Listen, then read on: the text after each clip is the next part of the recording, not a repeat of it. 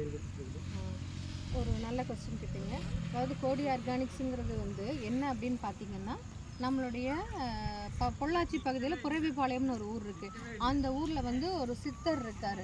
அந்த சித்தருடைய பேர் தான் கோடி ஆர்கானிக்ஸ் அப்படிங்கிறது நம்ம வச்சுருக்கோம். நம்ம வந்து அந்த கோடி தாத்தாவுடைய அவர் வந்து கோடி தாத்தான்னு சொல்லுவோம். அவரோட டிவோட்டிஸ் நாங்கள் வந்து ஒரு 40 இயர்ஸாக எங்கள் ஹஸ்பண்டோட ஃபேமிலியில் வந்து 40 இயர்ஸாக அவங்க எல்லாருமே அதை வந்து அந்த சாமியை வந்து கும்பிட்றாங்க, ஃபாலோ பண்ணிகிட்ருக்காங்க.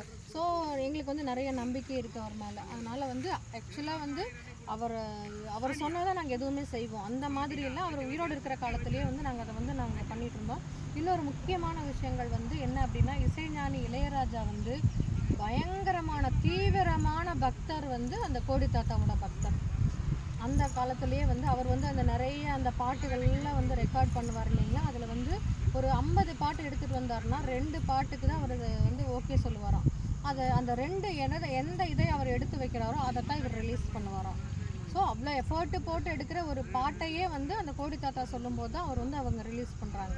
அப்புறம் அதுக்கப்புறம் இப்போ வந்து பார்த்திங்கன்னா ட்ரம்ஸ் மணின்னு சொல்லிட்டு சிவமணின்னு கேள்விப்பட்டிருக்கீங்களா. அவரும் வந்து கோடி தாத்தாவோடைய ஒரு டிவோட்டி. நான் வந்து இவங்களை சொல்லணுங்கிறதுக்காக சொல்லலை, அதாவது நாங்களும் அந்த மாதிரி ஒரு தீவிரமான பக்தர் அப்படிங்கிறதுனால வந்து இந்த கோடி தாத்தாவோட பேரில் நாங்கள் வந்து ஸ்டார்ட் பண்ணியிருக்கோம்.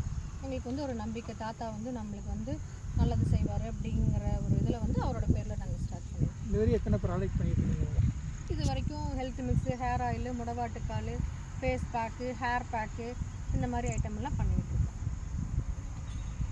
இதுக்கப்புறம் இதை டெவலப் பண்ணுற ஐடியா கண்டிப்பாக இருக்குது. இன்னும் நிறைய ஃபர்தராக இன்னும் என்னென்னவெல்லாம் நம்மளால் முடியுமோ அது எல்லாம் வந்து நம்ம பண்ணிக்கிட்டு தான் இருக்கோம். ஒவ்வொன்றும் டே பை டே வந்து ஒவ்வொரு ப்ராடக்ட் என்னென்ன பண்ண முடியுமோ அதை நாங்கள் வந்து கண்டிப்பாக பண்ணிட்டு தான் இருக்கோம். இதுக்கு எதாவது ரிசர்ச் பண்ணிங்களா? ரிசர்ச் பண்ணுறோன்னா புக்ஸ் நிறைய ரெஃபர் பண்ணிட்டு தான் இருக்கோம். நிறைய புக்ஸ் ரெஃபர் பண்ணுறது. அதுக்கப்புறம் இந்த முடவாட்டுக்காலுக்கு நம்ம நிறைய டாக்டர்ஸ் கிட்ட கேட்டுட்டோம்.